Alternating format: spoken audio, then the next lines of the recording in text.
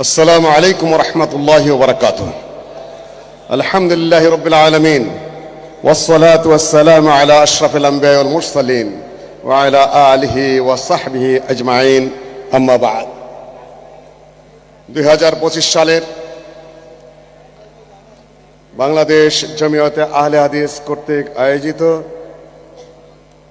জাতীয় এই দাওয়া তাবলীগ এবং জ্ঞান বিতরণের এই মহা সম্মেলনে যেখানে লক্ষ লক্ষ মানুষের উপস্থিতি স্থানীয়ভাবে এবং সারা দেশ থেকে, বাংলাদেশ জমিয়তে আহলে হাদিসের মাননীয় সভাপতি বন্ধুবর প্রফেসর ডক্টর আব্দুল্লাহ ফারুক, যিনি এই কয়েকদিন ব্যাপী সম্মেলনের সভাপতিত্ব করছেন। এই সম্মেলনে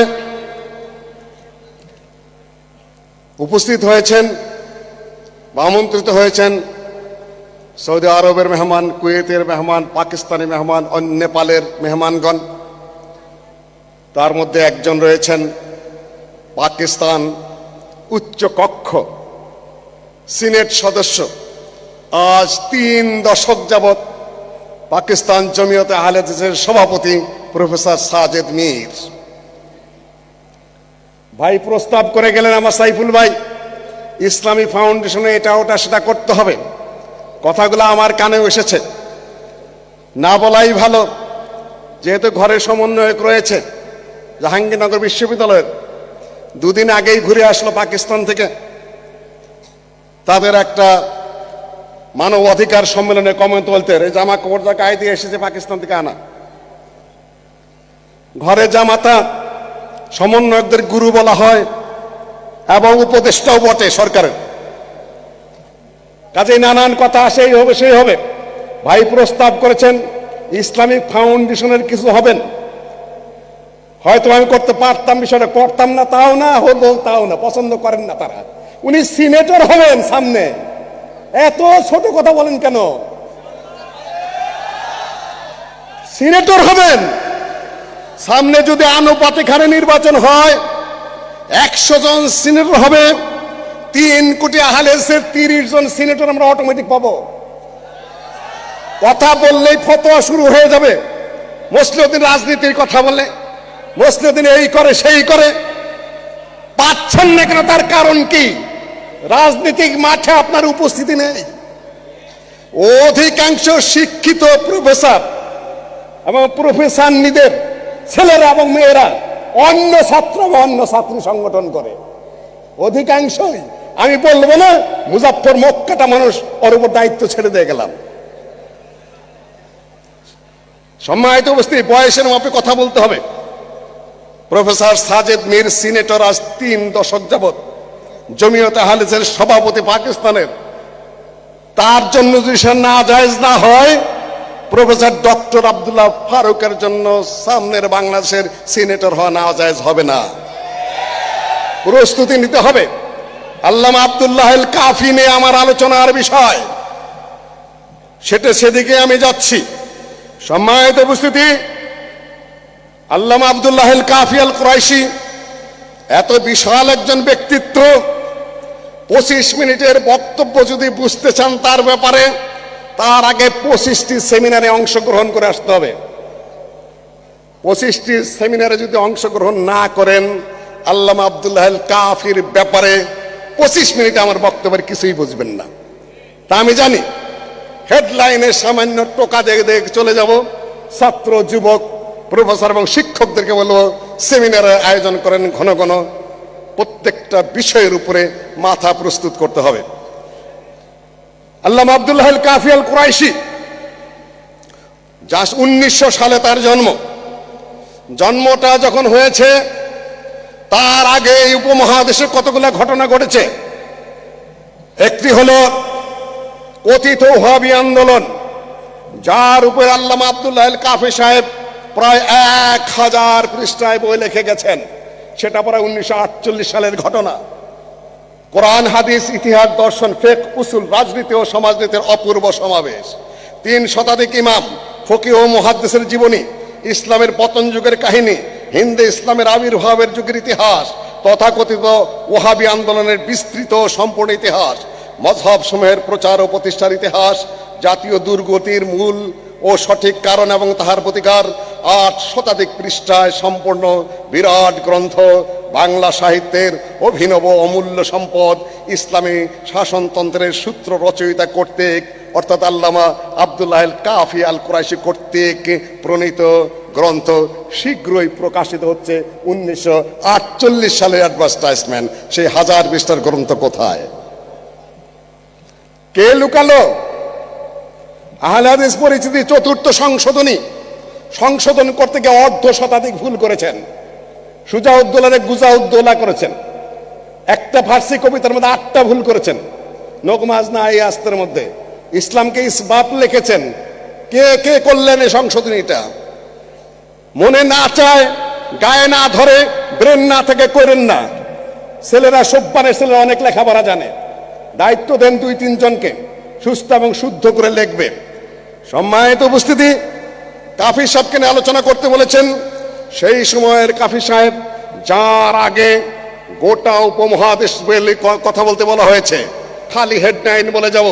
যার আগে উপমহাদেশে সৈয়দ আহমদ বেরলভী এবং আল্লামা ইসমাইল শহীদের নেতৃত্বে এবং সেনাপতিত্বে গোটা ভারতব্যাপী তৌহিদি আন্দোলন, সুন্নতের আন্দোলন, সংস্কার আন্দোলন শুরু হয়ে সেটা জিহাদি মুভমেন্টে পুরাপুরি অসশস্ত্র যুদ্ধে রূপান্তরিত হয়ে ইংরেজদের বিরুদ্ধে এবং শিখদের বিরুদ্ধে যুদ্ধের একটা পর্যায়ে গিয়ে তাদের বালাকোটের যুদ্ধে তাদের শাহাদত হয়েছে। আল্লাহ তাদেরকে শহীদ হিসেবে কবুল করুন, আমি নিশ্চয়তা দিচ্ছি না। তার ধারাবাহিকতায় মৌলানা বেলায়েত আলী এনায়েত আলী আলী ভ্রাতৃত্ব নামে আল্লামা আব্দুল্লাহ আল কাফির তরজমানুল হাদিসে কয়েক সংখ্যা লিখেছেন, কেউ পড়েন নাই তা আমি জানি। তাদের নেতৃত্বে গোটা ভারতে ইংরেজ বিরোধী, শিখ বিরোধী প্রচুর যুদ্ধ হয়েছে, রক্তক্ষয়ী যুদ্ধ হয়েছে সেগুলা। তার ছেলে আব্দুল্লাহ দীর্ঘদিন যুদ্ধ করেছেন। সেই যুদ্ধের যে সেটা 1950 সাল পর্যন্ত বিস্তৃত ছিল। আরাফাত যদি ঠিক মতো কেউ পড়ে থাকেন তাহলে সেখানে পাবেন ধারাবাহিক ইতিহাস। কিছু কিছু আব্দুর রহমান বিএবিটি সাহেব, সাবেক সেক্রেটারি জেনারেল লিখেছেন। নতুন মনে হচ্ছে আপনাদের কাছে, আমি জানি নতুনই, কেন প্রচুর সেমিনার ছাড়া এই কমের জাগানোর কোনো সম্ভাবনা নাই। আহলে হাদিস পরিচিতি পড়েছেন? এখানে কয়জন লোক আছেন? হাত তোলেন তো সাহস করে। আহলে হাদিস জানবেন, কাফি সাহেবরে চিনেন আপনারা। আসছেন, আসার যাওয়া, খিচুড়ি খাওয়া, তাবলিগে ইস্তেনজার মধ্যে ইস্তেনজা করা, এটা চলবে না ভাই। বলেন যে ডাকে না কেন? আপনার অবস্থান কোথায়? সেখানে যুদ্ধের মাঠে সৈয়দ ওমর বেরলভী, যুদ্ধের মাঠে আল্লামা ইসমাইল শহীদ, যুদ্ধের মাঠে বাংলাদেশের আহলে হাদিসরা, যুদ্ধের শহীদ বাংলাদেশের আহলে হাদিসরা, সম্পদ যেগুলো বাজেয়াপ্ত হলো আহলে হাদিসদের। সেদিক পিনাকি ভট্টাচার্য পর্যন্ত আহলে হাদিসের কথিত ওহাবিদের নিয়ে কথা বলেছে। পুলিশ যাদের উপর প্রথম অত্যাচার করেছে, যাদের উপর নির্যাতন করেছে, যাদেরকে ধরপাকড় করেছে, তারা প্রথম আহলে হাদিসরা ফ্রান্স থেকে বলেছে। আর আমার ছেলেরা ইতিহাস জানে না। ধন্যবাদ দেব পিনাকি ভট্টাচার্যকে। আপনি তখন মাঠে ছিলেন, শত শত গ্রন্থ আপনার পক্ষে রচিত হয়েছে। আপনি সেদিন মাঠে ছিলেন, আপনাকে নিয়ে ইতিহাস থিসিস রচিত হয়েছে। আপনি সেদিন মাঠে ছিলেন, আপনাকে ছাড়া কেউ কথা বলতে পারেনি, আপনিই প্রথম। আর একটু পরেরটা আমি আগে বলে দিয়ে যাই। 1900 সাল থেকে নিয়ে 1960 সাল পর্যন্ত, এই পর্যন্ত যদি একজন চিন্তাবিদের নাম আসতো, তিনি বলেন আকরম খা একা। একজন চিন্তাবিদের নাম আসলে আল্লামা আব্দুল্লাহ আল কাফি একা। একজন চিন্তাবিদের নাম আসলে আল্লামা আব্দুল্লাহ আল কাফির বড় ভাই আল্লামা আব্দুল্লাহ আল বাকি। 3 জন ব্যক্তি ছাড়া কোনো আলেমের নাম ছিল না। কেন? তারা মাঠে ছিলেন। কে লিখবে আজকে আজাদের? কি লিখবে কাফি সাহেব? কি বক্তব্য দিবেন কাফি সাহেব? বাকি সাহেব কোথায় সম্মেলন করছেন? সারা জাতি এই 3 ব্যক্তিত্বের দিকে তাকিয়ে থাকতো। এখন আপনি কোথায়? আমি কোথায়? কাকে নিয়ে কি করছেন? সম্মানিত উপস্থিতি, সেই যুগটা পাড়ি দিয়ে ওহাবি ধর পাকর মায়ের ধর দেশান্তরিত হওয়ার পরে 1900 সাল পৌঁছে গেল, সেই সময় আল্লামা আব্দুল্লাহ আল কাফি সাহেবের জন্ম। প্রক্রিয়া ধারাবাহিকতা নিয়ে আসতে হবে আপনাকে। আমাদের একটা বিশাল সম্পদ আছে, আমি পরে ভুলে যাব। মদিনা থেকে, জামিয়াতুল ইমাম থেকে পাশ করা ছাত্র যারা আছে, উম্মুল কোরা থেকে পাশ করা যারা আছে, সৌদি আরবের আরো বিভিন্ন ইউনিভার্সিটি পাশ করা ছাত্র যারা আছে, তারা আমাদের জাতীয় সম্পদ। যে দেশকে আল্লাহ ইসলামিক রাষ্ট্রে রূপান্তরিত করতে চান, সেই দেশে ওই মাপের আলেম পাঠান। আমার মনে হয় প্ল্যাটফর্ম রচিত হচ্ছে, সব ডামাডোল শেষ হয়ে যাবে, টিকে থাকবে আহলে হাদিসরা। আমার মনের মধ্যে আশা মারাত্মক ভাবে রয়েছে, কঠিন ভাবে রয়েছে, দৃঢ় ভাবে রয়েছে। পরিবর্তন সূচিত করবে আমাদের সব্বানেরা, আমাদের আহলে ছাত্র সমাজের ছেলেরা, আমাদের তরুণরা, যুবকেরা, এবং তারা বোঝার চেষ্টা করছে, এগিয়ে যাচ্ছে আলহামদুলিল্লাহ। পরের কথাটা আমি আগে বলে গেলাম। আল্লামা আব্দুল্লাহ আল কাফি আল কুরাইশি রাহেমাল্লাহ পূর্বপুরুষ কিন্তু সেনাপতি, এই বাংলার যুদ্ধে সেনাপতিত্ব করতে এসেছিলেন। বাড়ি কিন্তু চিটাগাং রাউজান, পূর্বপুরুষের সেনাপতিরা যুদ্ধ করতে করতে চিটাগাং পর্যন্ত গেছেন ইসলাম খার যুগে। এই যে এই জায়গাটা না, এখানে যেখানে ইসলামী বিশ্ববিদ্যালয় প্রতিষ্ঠিত, 54 কিংবা 52 বিঘা জমির উপরে সৌদি আরব সরকার পয়সা দিয়েছিলেন আমার যতটুকু জানা। সেই জায়গায় আপনারা এখানে কি করছেন, একত্রিত হতে পেরেছেন প্রফেসর ডক্টর আব্দুল বারী স্যারকে দেওয়া।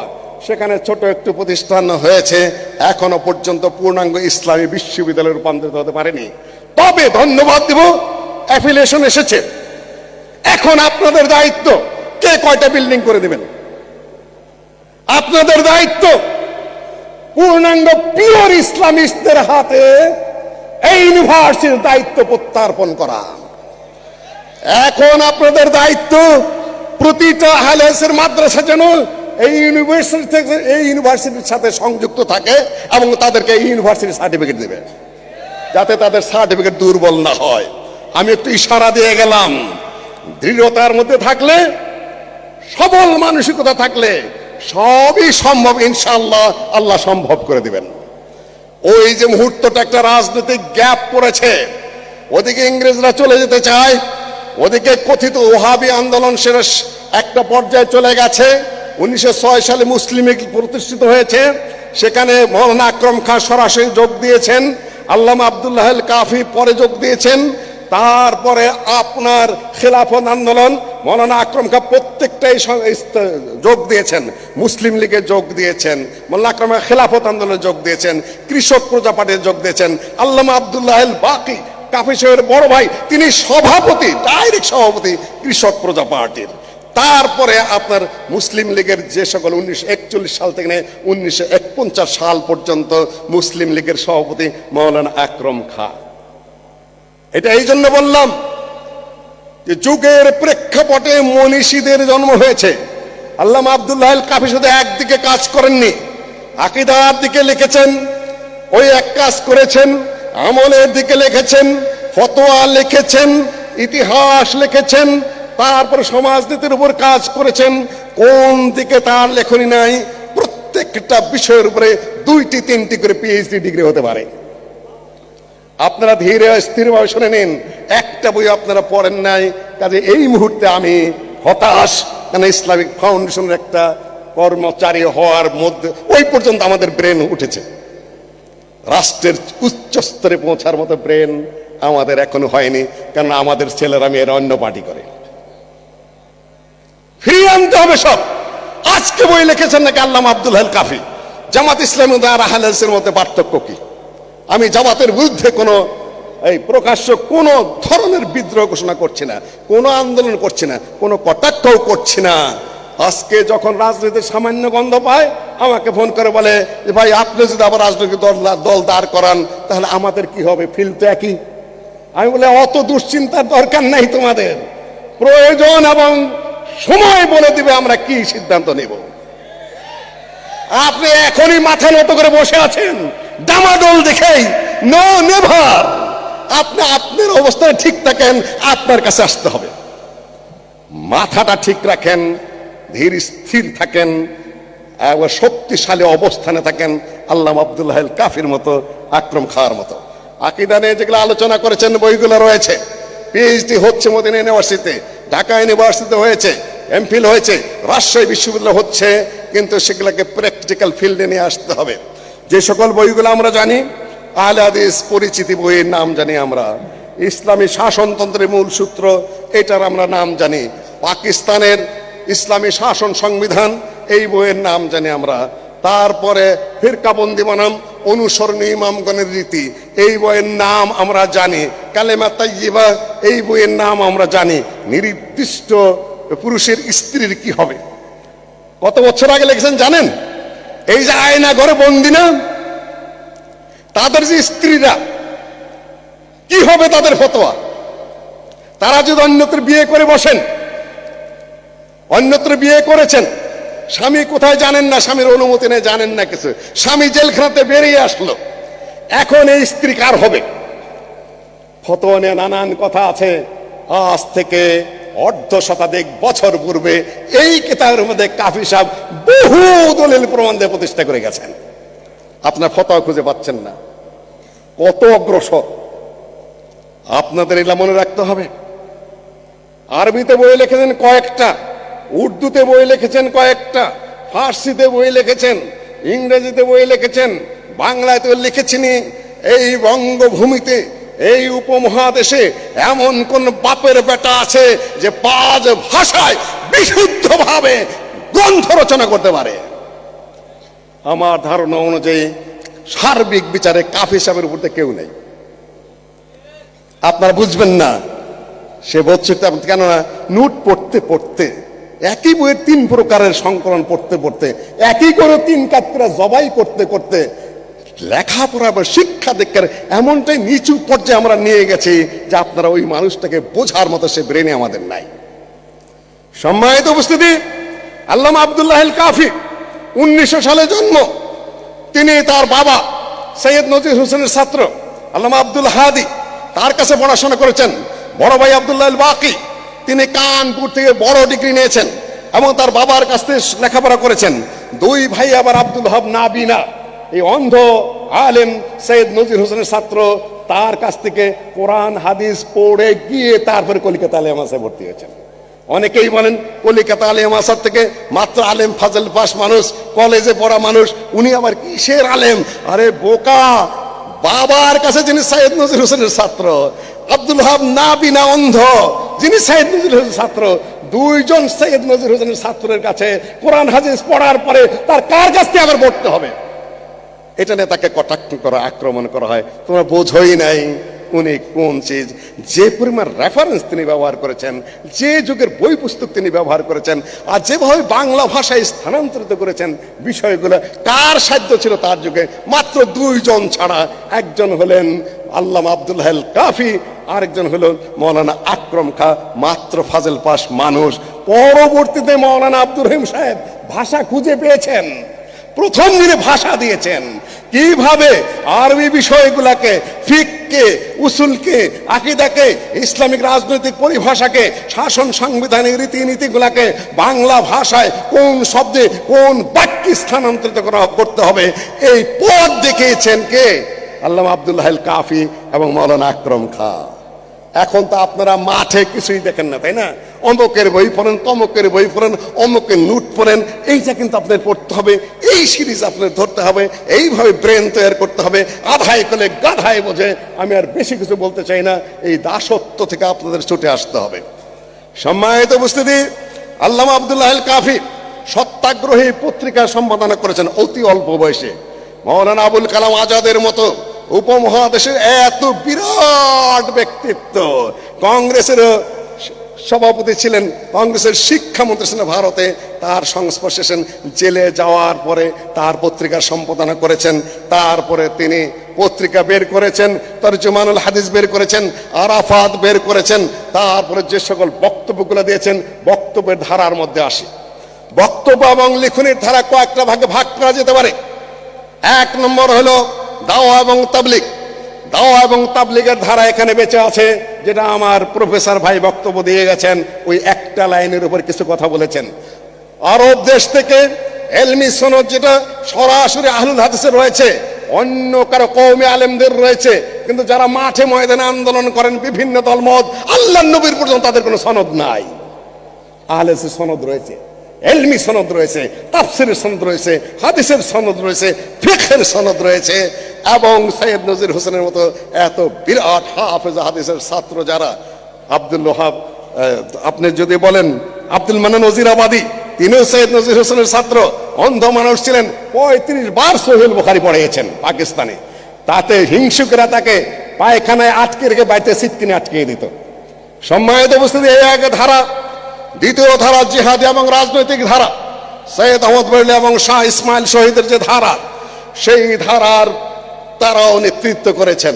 সেটা হলো জিহাদি ধারা, আন্দোলনী ধারা, সংগ্রামী ধারা। 3 নম্বর ধারা হলো মাদ্রাসা মসজিদ প্রতিষ্ঠা করা ইত্যাদিতে কয়েকটা ধারায় তিনি এটাকে ভাগ করেছেন আহলে হাদিস পরিস্থিতিটাকে। পরে নেই, তা আর বুঝাবো আমি কি, বুঝানোর শক্তি সাধ্য এই মুহূর্তে আমার নাই।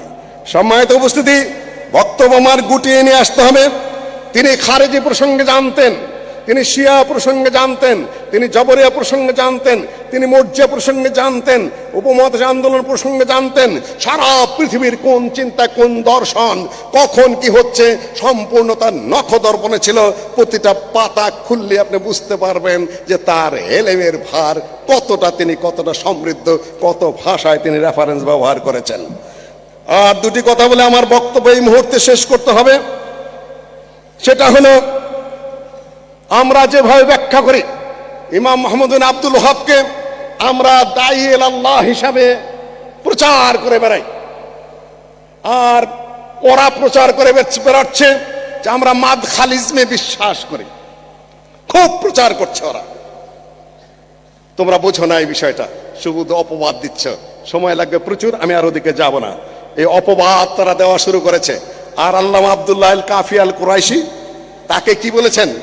বিপ্লবী সংস্কারক। কিছুদিন আগেও ছিল হারাকা।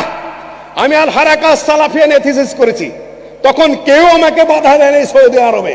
এখন হারাকা লেখা যাবে না, এখন দাওয়া লিখতে হবে। আহলে হাদিস মুভমেন্ট আন্দোলন নেশকের নাম দিয়েছেন। কালকে আবার আমার ভাইয়েরা বলবে যে এখন আর আন্দোলন করলেন কেন, আহলে হাদিস নাপাক হয়ে গেল।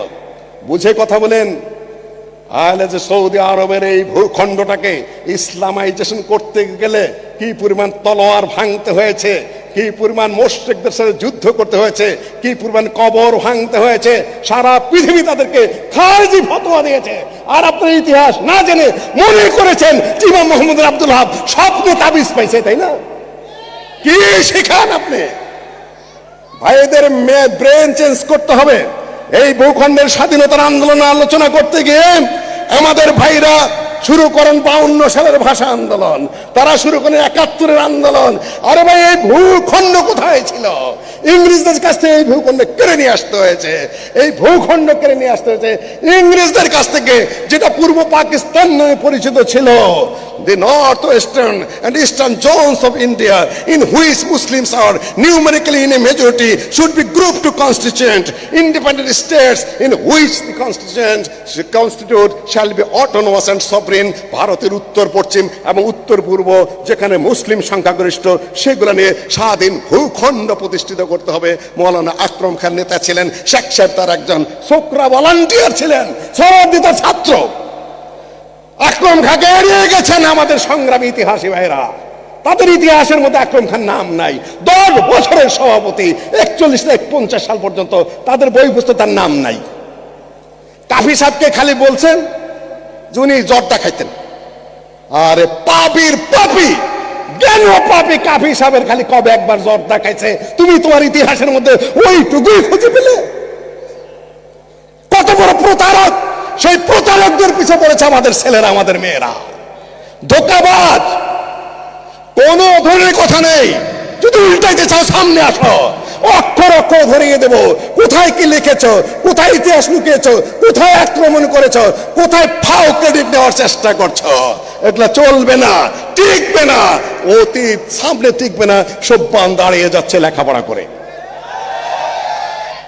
সম্মানিত উপস্থিতি, কাজেই ইমাম মুহাম্মদ বিন আব্দুল ওয়াহাবকে নতুন করে ভাবতে হবে, ভয়ের চোটে তুমি এখন আন্দোলনকে দাওয়া বানিয়ে দিতেছ, মুভমেন্টকে তুমি এখন প্রিচিং বানিয়ে দিচ্ছ আমেরিকার ভয়ে। কয়দিনের ঠেলাই গোটা ইউনিভার্সিটির শেপ চেঞ্জ। এই জন্য আল্লামা আব্দুল হাই কাফি সাহেব ওদিকে যাই নাই। এত বড় মাথা, এত বড় সংগ্রামী, এত বড় বিপ্লবী মানুষ, তিনি বই লিখেছেন বিপ্লবী সংস্কারক মোহাম্মদ বিন আব্দুল ওয়াহাব। এটা এত ভয়, এতই আতঙ্ক, আর তোমাকে ডাকা হবে? No, never. যা ইতিহাস সাহসী মানুষের পক্ষে রচিত হয়, দুর্বল মানুষের পক্ষে কোনোদিন ইতিহাস রচিত হয় নাই। ওহাবী আন্দোলন কথিত আহলেসের পক্ষে রচিত হয়েছে।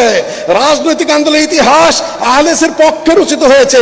এলেমের ইতিহাস সিহাসেত্তর হাফেজ, কুতুবে সেত্তর হাফেজ আল্লামা আহমদুল্লাহ রহমানী অন্ধ অবস্থায় 6 কিতাব পড়েছেন।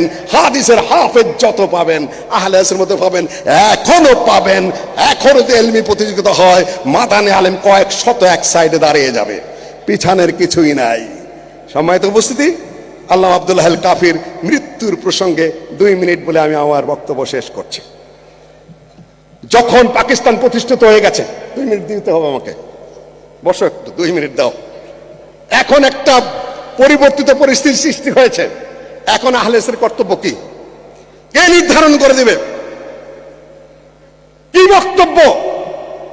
আমাদের ছেলেরা মাঠে গেছে, আমার বউ, পোলাপান, সন্তান আদি সব মাঠে। জাহাঙ্গীরনগর বিশ্ববিদ্যালয়ের হলে হলে তালা ভাঙতেছে আমার সন্তান, কিন্তু আমার সাইনবোর্ড কোথায়? ওরা বলছে আমরা লাঠি ধরছিলাম, আমাদের ছিল, আমরা ছিলাম, মাঠে ছিলাম, ওনারা ছিলেন, আমরা ছিলাম, আমাদের কোথায়? নাই। না থাকাটাও যে খুব বেশি কিছু হয়ে গেছে তা নয়, কেন সামনে কি হবে ওটা কিছু কিছু আশ করা যায়। সামনে যে লাউ সেই কদু, একদল খাইছে আরেক দল খাবে, এই কথা আমি বলবো না, আক্রমণ করব না, কিন্তু ঘুরে ফিরে যে সেকুলার সেই সেকুলারই, ইসলাম নয়। যে জন্য এই ভূখণ্ড স্বাধীন হয়েছে সেটার কোনো সম্ভাবনা আপাতত নাই।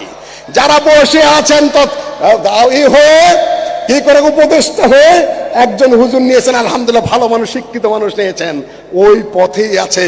সুন্দরী ললনা কয়েকটা নিয়েছেন, আরো 100 জন নাকি নিবেন অতিরিক্ত। ওটা পার্লামেন্ট হবে না, ওটা বিউটি পার্লার হবে। কিসের পার্লামেন্ট হবে? এখানে আমি আর কথা বাড়াচ্ছি না, কিছুই না, ওটা একটা পথ পরিবর্তন হয়েছে মাত্র। এখানে তৃপ্তির ঠেকুর তোলার কিছু নাই, তবে আমরা কথা বলতে পারছি, একটা স্বাধিকার পাচ্ছি। এই সুযোগটা কাজে লাগিয়ে আমাদেরকে সামনের দিকে অগ্রসর হতে হবে। 2 নম্বর পয়েন্ট, পাকিস্তান হয়ে গেছে, সংগ্রাম আহলেস নেতৃত্ব দিয়েছে। ব্রিটিশ তাড়িয়ে যুদ্ধের মাধ্যমে বিতাড়িত করে রাজনৈতিক পরিবেশ আহলে হাদিসের সৃষ্টি করতে হয়েছে। সেখানে পাকিস্তান কায়েম হয়েছে, ইসলামিক রাষ্ট্র প্রতিষ্ঠা হবে এই দাবি অনুযায়ী। তারপর দেখা যায় পার্লামেন্টে আবার সেই সেকুলাররাই, সেই কমিউনিস্ট, সেই ধর্মনিরপেক্ষতাবাদী, সেই সব কাফি সাহেব, তার ভাই মুসলিম লীগের সভাপতি, তারপরে আকরম খার পরে তা মুসলিম লীগের সভাপতি মাওলানা আকরম খা, কাফি সাহেব হত বিহব্বল হয়ে লিখছেন তার ভাষায়, পাকিস্তান গণপরিষদে কনস্টিটিউশন লেখা হচ্ছে, তার মধ্যে ইসলামের পক্ষে সুস্পষ্ট কোনো বিবৃতি নাই। এই পর্যন্ত সম্ভবত 93 পৃষ্ঠা যে পর্যন্ত লিখেছে আহলেস পরিষদের মধ্যে লিখছেন আর বলছেন, এই পর্যন্ত যখন আমি লিখছি তখন পাকিস্তান গণপরিষদের যে স্টেটমেন্ট সেটা এই পর্যন্ত আমার কাছে এসেছে। আমি এইটা বুঝতে পেরেছি, মিশ্র নির্বাচন, তারপর যুক্ত নির্বাচন, গণপরিষদের সদস্যদের প্রতি তার রক্তক্ষরণ হচ্ছে, একটার পর একটা লিখে যাচ্ছেন। এই জন্য পাকিস্তান হলো। কি করছো তোমরা? আকরম খা পদত্যাগ করলেন পার্লামেন্ট থেকে, বাকি সাহেবের মৃত্যু হলো 52 সালে। দেশ যাচ্ছে একসাথে স্বাধীনতার ঢেকুর তুলছে, আর এনাদের বুকে রক্তক্ষরণ হচ্ছে। দেশ গেল কোন জায়গায়? হলোটা কি? আমরা কি করলাম আর এখন এরা কি করছে? এখন যা হয়েছে একটা পর্যায়ে গেছে, সামনে কি হবে? আমাদের বক্তব্য দেওয়ার মধ্যে সেই চিন্তাবিদ নেই, সেই শিক্ষিত লোক নেই, সেই সাহসী লোক নেই। এইটা সারতে গিয়ে আরো ভুল করছেন 50টা অর্ধ শতাধিক, তো কি সারবে? আমরা আমাদের সেই পর্যায়ের লোক নেতৃত্ব নেই। তবে আসবে, আমি সে আশাবাদী। শেষ করছি আমার বক্তব্য দিয়ে। 47 থেকে নিয়ে 57 সাল পর্যন্ত 9 জন প্রধানমন্ত্রী হয়েছে পূর্ব পাকিস্তানের। কিসের ইসলামী শাসন কায়েম করবে? সেদিকে যাই না তারা। আইয়ুব খান একটা পলিসি আটলো যে কিছু প্রশ্ন দিয়ে হুজুরদেরকে আটকাবো, যাতে ইসলামী রাষ্ট্র এগুলো না করে। ব্যাংকের কি হবে, পররাষ্ট্রনীতির কি হবে, যুদ্ধনীতির কি হবে, সংখ্যালঘুদের কি হবে, হুজুরদেরকে তুমি আটকায়া তাদের মুখ যেন বন্ধ হয়ে যায়। রাগেব হাসান সাহেব উর্দু ভাষাভাষী মানুষ, লাহোরে এতেসাম পত্রিকায় তিনি আর্টিকেল লিখলেন, মে মাসের শেষের দিকে দাবিটা জানালো 48টা প্রশ্ন, 40টা প্রশ্ন। সারা বাংলায় এমন কোন লোক নেই, পাকিস্তানে কোন লোক নেই যেগুলোর উত্তর দিবে। রাগেব হাসান সাহেব দেখা করলেন আল্লামা আব্দুল্লাহ আল কাফি সাহেবের কাছে। ওস্তাদ কি করব এখন? আমি তো কলিজার ব্যথায়, তিল্লির ব্যথায় অস্থির। এই দেখো অপারেশন সাকসেসফুল হয় নাই, একাধিকবার অপারেশন করেছি। এক হাতে বুক টিপতেছেন আর একদিকে কথা বলতেছেন, রাগেব তুমিও লেখো, বলছো যখন আমি অসুস্থ শরীরে আমি লেখার চেষ্টা করছি। এই যে বসলেন 24 ঘন্টা লিখতেছেন। তখন আলাউদ্দিন রোড ছিল বংশালে, ওইখানে বসে পড়ে লিখতেছেন। জুন মাসের 2 তারিখ এসে গেল, লিখেই চলেছেন, জবাব দিয়ে চলেছেন, অত্যাধুনিক প্রশ্নের জবাব। সারা পৃথিবীর যত সমস্যা সেখানে রয়েছে আলেমদেরকে আটকানোর জন্য আইয়ুব খান সহ অন্যরা দিয়ে রেখেছে। লিখতেছেন সারা বাংলাদেশের এই সুফিরা, সারা বাংলাদেশের হানাফি ভাইরা কিছু মনে করবেন না, তারা সারা বাংলাদেশের বিরোধীরা পক্ষরা কেউ পারছে না একমাত্র আল্লামা আব্দুল্লাহ আল কাফি ছাড়া। কি মনে করেছেন আপনারা অত সস্তা গুল মেরে ইসলামী রাষ্ট্র কায়েম করবেন? এই 3 কোটি আহলে বাদ দিয়ে এই দুরাশা পোষণ করবেন না। কয়েকটা পদ বন্টন করবেন ফাউন্ডেশনে, ইসলামিক ইউনিভার্সিটির সময় বিভিন্ন প্রতিষ্ঠানে কয়েকটা পোস্ট নিয়ে যদি সুখের ঢেকুর তুলেন যে কাম হয়ে গেছে, 3 কোটি আহলেদিস, 4 কোটি আহলে আপনাদেরকে সামান্য ছাড়ও দিবে না এদেশে যদি আপোষ করতে না আসেন। আমরা লক্ষ্য করছি সবই, চোখের আড়ালে কিছুই নেই আলহামদুলিল্লাহ। কয়েকটা প্রশ্নে কি করবেন? মাঠে গেলে আপনি জিরো নিয়ে ফেরত আসতে হবে। দ্রুত গতিতে আপনাদের আচরণ সংশোধন করতে হবে। সম্মানিত উপস্থিতি, জবাব লিখে চলেছেন। ওই দিন 3 তারিখ সন্ধ্যা হয়ে যাচ্ছে, রাত হয়ে যাচ্ছে, সব পক্ষের আলেমেরা সেখানে জড়ো হয়েছেন। আল্লামা আব্দুল্লাহ কাফি সাহেব লিখে চলেছেন। এখন ওই দিন সভাপতিত্ব করতে হবে। সভাপতিত্ব করবে কে? এখন তো আপনারা রাজি হবেন না, তাই না? আকরাম খাঁ আহলে হাদিস বংশের হলেও আহলে হাদিস আন্দোলন করতেন না। এখন সভাপতিত্ব করবে কে? সকল মাযহাবের কাফি সাহেব পড়ে আছেন ওখানে বিছানায় লিখতে সবাই বলে আকরাম খাঁ সভাপতিত্ব করবে। ভিতর থেকে কোনো প্রতিবাদ আসে নাই। পল্টনে আমরা সম্মেলন করতে যাচ্ছি, প্রস্তাব দিয়েছে ডক্টর মুজাফফর যে আমাদের 3 কোটি মানুষ আছে, কমপক্ষে 30 লাখ মানুষ আমরা একত্রিত হব। কিন্তু বলে যে এটা সমন্বয়িত হবে, কে কোন পোস্ট হবে। কিসের পোস্ট পোষণ করলে মানেন? পোস্ট পোষণের প্রথমত অবস্থান নিতে হবে, বোঝার চেষ্টা করুন। আপনাকে আপনি মনে করছে ফাউন্ডেশনে কে যাবে, সিনেটেও দিতে হবে, ডেকে পোস্ট পোষণ দিতে হবে। আপনার অবস্থানটা পরিষ্কার করতে হবে। ইনশাল্লাহ আপনারা পল্টনে 30 লাখ মানুষ উপস্থিত হতে পারবেন, 10 লাখ উপস্থিত হতে পারবেন। পল্টনে সমাবেশ যদি কাফি করে থাকেন, পল্টনে সমাবেশ যদি মৌলানা আকরাম খাঁ করে থাকেন, সেই যুগে আপনার সমস্যা কোন জায়গায়? দিতেই হবে। আমরা প্রথমত এইটা আদায় করে ছাড়বো। এখন সভাপতিত্ব কে করবে? মৌলানা আকরাম খাঁ। সবাই মেনে নিল সেটা। তারপরে দেখা গেল 40টা প্রশ্নের 38টা জবাব লিখে চলেছেন উনি। এক হাতে বুক ডলছেন, আর এক হাতে লিখে চলেছেন 38টা প্রশ্নের জবাব। মাত্র 1.5 থেকে 2 সপ্তাহের মধ্যে লিখে শেষ করলেন। আলেমেরা সবাই বসে আছে, ফজরের আজান হলো।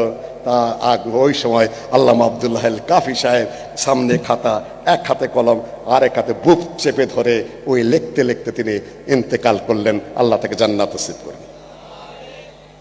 শুধু এইটুকুই বলি, বহু জায়গায় টাচ করে আপনাদেরকে বিদায় নিচ্ছি। সময় হলে আবার বিস্তারিত কথা হবে। আসসালামু আলাইকুম রহমতুল্লাহ। আমাকে এই মাহফিলে দাওয়াত দেওয়ার জন্য কর্তৃপক্ষকে অসংখ্য ধন্যবাদ। যুবকদের সাথে, ছাত্রদের সাথে আমার কথা হবে। আসসালামু আলাইকুম রহমতুল্লাহ।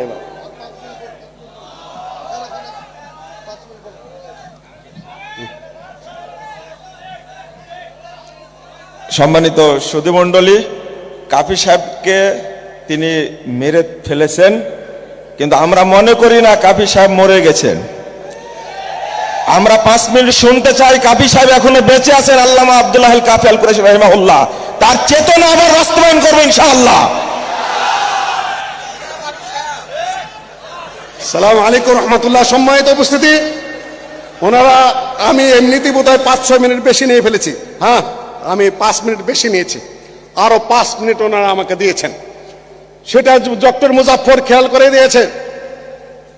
এই দেশ যতদিন স্বাধীন থাকবে বা পরাধীন হবে, এই দেশে যতদিন ইসলামিক আন্দোলন থাকবে বা থাকবে না, এই দেশে যতদিন মুসলিমরা বেঁচে থাকবে বা থাকবে না, আল্লামা আব্দুল্লাহ আল কাফি সাহেব ততদিন তার এলেমে, তার চিন্তা চেতনায়, তার লেখনীতে, তার শিক্ষাগত যোগ্যতায় সব দিক থেকে তিনি বেঁচে থাকবেন।